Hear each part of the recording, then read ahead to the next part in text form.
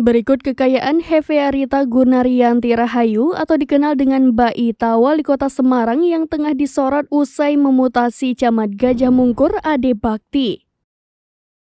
Diberitakan sebelumnya, Camat Gajah Mungkur Ade Bakti dimutasi menggaung di media sosial. Ade Bakti dimutasi Mbak Ita disebut-sebut lantaran buntu dirinya mengunggah konten di media sosial miliknya yang membahas soal nasi goreng. Lantas hal itu disebut-sebut menyindir program nasi goreng Mbak Ita.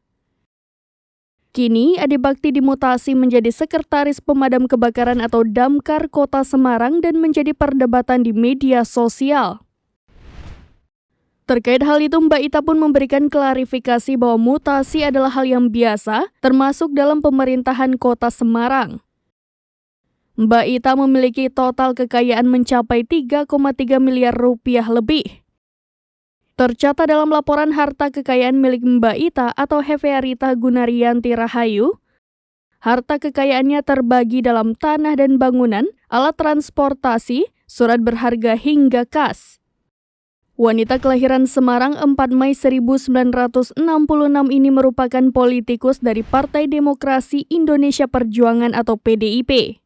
Mbak Ita menggantikan posisi Hendrar Prihadi yang kini menjabat sebagai Kepala Lembaga Kebijakan Pengadaan Barang dan Jasa Pemerintah Republik Indonesia.